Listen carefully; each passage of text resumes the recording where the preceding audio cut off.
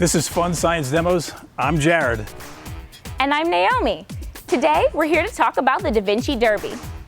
These Da Vinci Derby cars have a lot of science going on. The Da Vinci Derby cars use gravity as their energy source. The higher up you hold them when you let them go, the more energy they'll have. What if you could make a different kind of derby car and race them at home? What if we use supplies from the dollar store to build a different kind of derby car that uses a different form of energy to power them? We're calling it the Dollar Store Derby. The Da Vinci Derby cars have two parts, the body of the car and the wheel and axles. Our Dollar Store Derby cars will have the same parts, but we're adding another energy source so that they will go faster and farther. So let's start with the body of the car. Anything solid can work, but we found these different sized baskets that already had holes in the sides, and we realized they'd work perfectly because we could slide our axles and wheels through the holes without any cutting at all.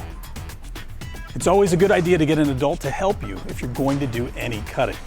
Next, it's time to think about the axles. Looking at the materials we found, we decided to use a solid stick to attach two wheels together.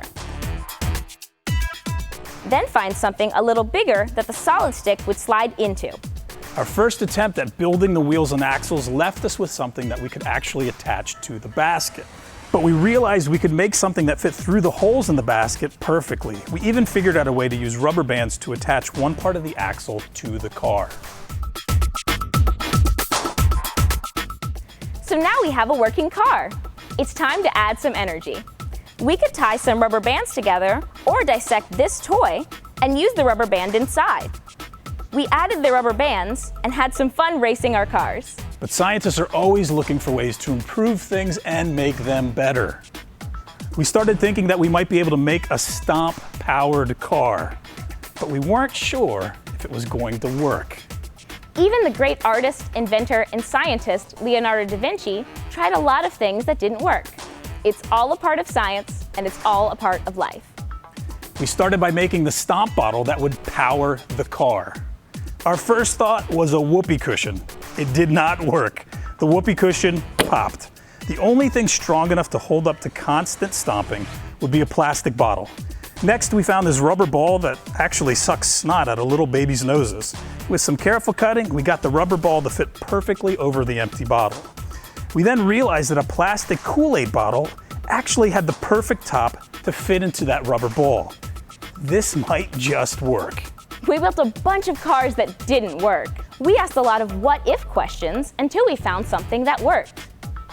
What if the Kool-Aid bottle fit perfectly into the basket holes? Will it work?